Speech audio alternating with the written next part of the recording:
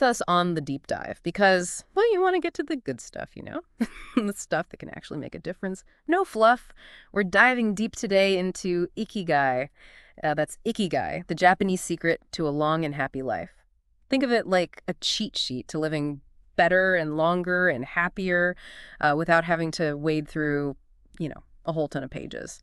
And it's interesting right from the start because this whole exploration didn't come from just one place, you see. You have Hector Garcia over in Tokyo and Francesc Morales. He was in Barcelona. And what brought them together was this shared fascination with, psychology and how we all search for meaning in life. And that mix of East meets West right there already hints that these ideas we're going to talk about, they probably resonate with just about everyone. Yeah, absolutely. And we're going to try to distill it down to the really practical stuff you can use, like specific steps you can take for a stronger mind, how to tap into that flow state everyone's talking about, healthier habits, and just really getting a grip on how the Japanese view living a good life. So first things first, let's talk about this 80% secret they talk about. Seems pretty central to this whole thing. Right. So that's where this saying hara hachibu comes in. You'll hear it a lot in Japan, especially around meal times.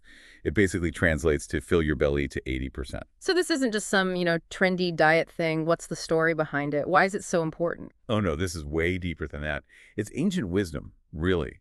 And you see it a lot in places like Okinawa, which, if you don't know, is famous for having a really high number of people who live to be over 100. And the idea is that if you avoid that feeling of being totally stuffed all the time, it really takes a load off your digestive system. You're basically making things easier on your body. And some studies suggest that this can help with things like cell repair and even make you live longer, kind of like intermittent fasting, but, a gentler approach. So it's all about being mindful while you eat, noticing that point where you're satisfied and maybe stopping a little before you hit that urge for just one more bite. Yeah. Or, skipping that extra snack later, consistently being a little less full. Makes sense. Now let's connect this to, our mental state. Right, because it all ties in with that classic idea of mens sana in corpore sano, a sound mind and a sound body. And the book really hammers home the point that your mental and physical states are completely intertwined. Taking care of your mind is just as crucial as physical health if you want to stay young. Everyone knows you got to move your body, but what's the impact of keeping your mind engaged? What happens if you don't? Well, just like not moving enough is bad for you, not exercising. Your brain has consequences too. If you neglect mental exercise, you can actually start to lose neurons, and the connections between them can weaken. Imagine your brain like a huge network of roads, right? And your thoughts are the traffic. Mental exercise, it builds new roads and keeps the old ones well maintained.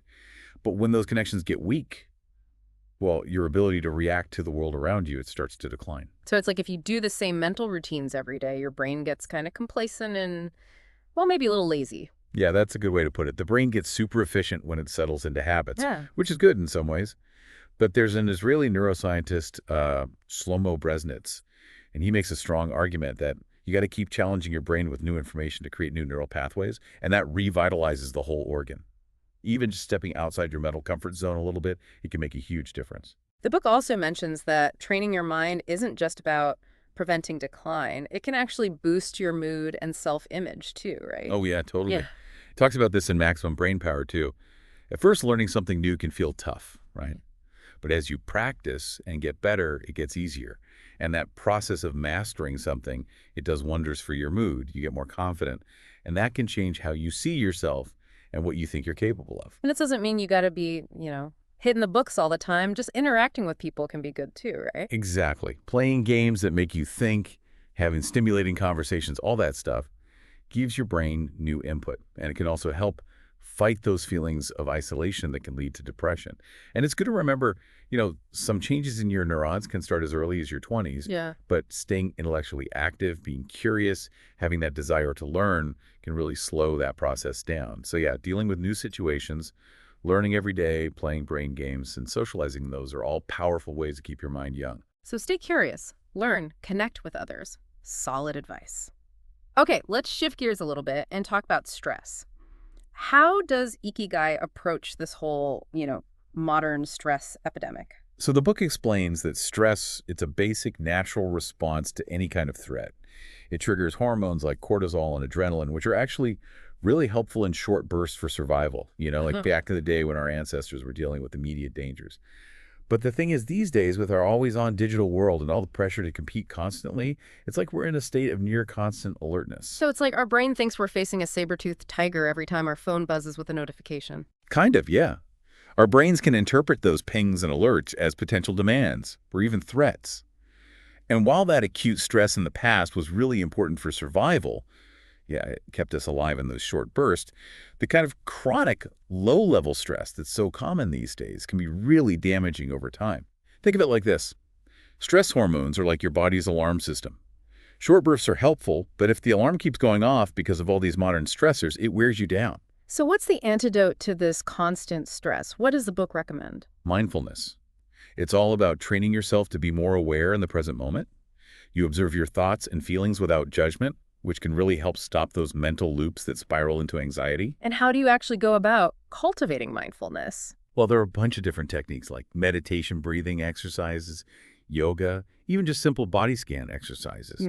It takes time to train your attention, but with practice, you can learn to really focus your mind, which can dramatically lower your stress levels and contribute to a longer, healthier life. And it's worth mentioning that while too much stress is definitely bad for you, a little bit of stress can actually be motivating and even good for you. That's interesting. So there's a balance there. Okay, let's switch gears again and talk about moving our bodies. I mean, that seems pretty obvious, right? It's good for you. Oh, absolutely it is. Yeah. The book really stresses the dangers of a sedentary lifestyle at any age, higher rates of obesity and all sorts of health problems that come with that. Building the habit of regular physical activity when you're young is super important. But for people with busy lives, how do you actually fit more movement into your day? It doesn't have to be hardcore workouts every day. The book talks about making small changes like walking or biking for short trips, always taking the stairs, doing more social and leisure activities that get you moving and off screens, playing with kids or pets, and just being more conscious of your daily habits, looking for ways to be less sedentary. Even little tweaks like that can add up to a big difference for your mind and body. Small, consistent changes. Much more doable. Now, Ikigai also talks about how our mindset influences how we age. Right, that's where these anti-aging attitudes come in. The book emphasizes how much power your mind has over your body and the aging process itself. So keeping your mind active, which is a big part of Ikigai, and maintaining a sense of perseverance when things get tough.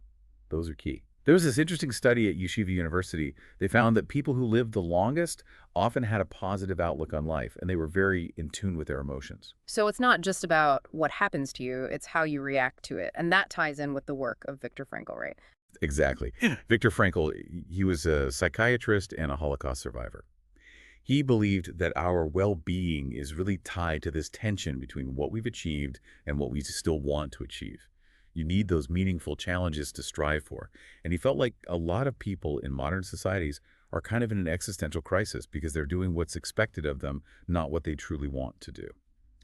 And that can lead to feeling empty and turning to negative coping mechanisms. And the book shares some really powerful stories from his work that illustrate this. Oh, yeah. There's the one about the American diplomat who realized he was so unhappy, not because of, past family issues or anything, but because he was in the wrong career. And then there's this incredibly moving story of a mother who was suicidal, and she found her will to live again by thinking about how much she had done raising her children.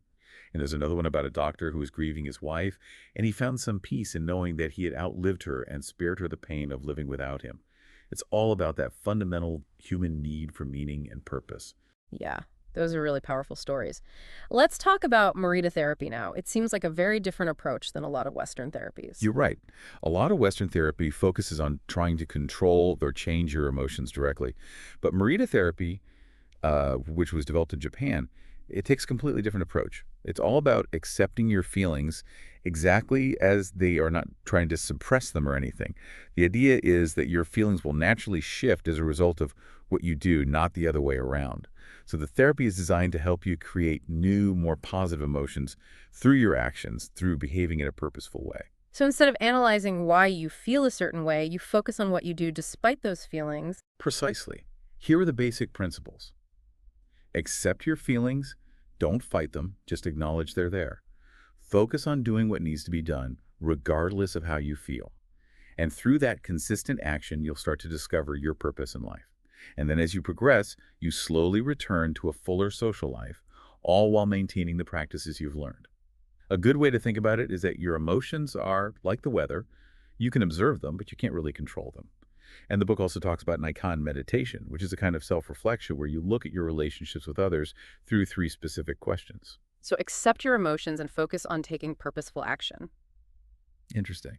Okay, let's move on to something that's really important for Ikigai, and that's getting into that flow state. Ah, yes, flow. That state where you're totally absorbed in what you're doing, you're super focused and concentrated.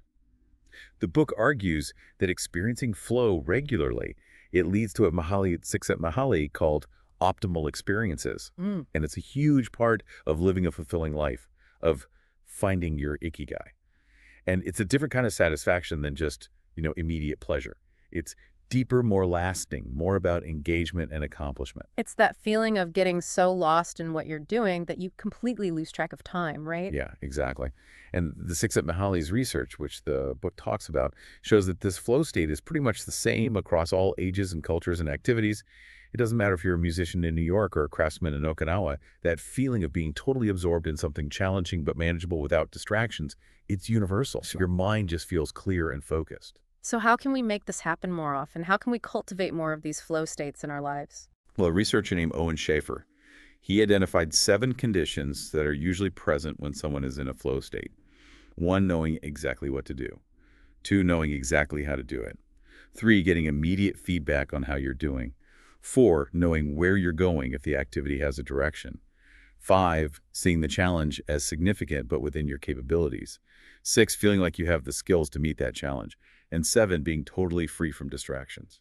That makes a lot of sense. It's about finding that balance where you're challenged but not overwhelmed and being clear about what you're doing.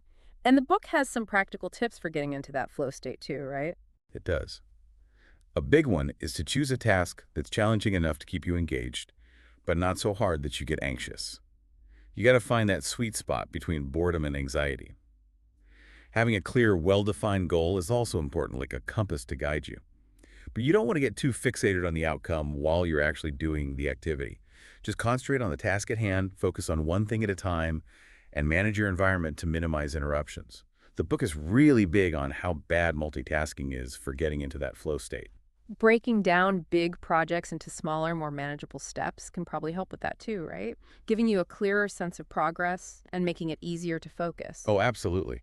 Dividing things up into smaller related tasks and even assigning specific times and places for them can make it much easier to achieve and maintain flow. And the benefits are huge.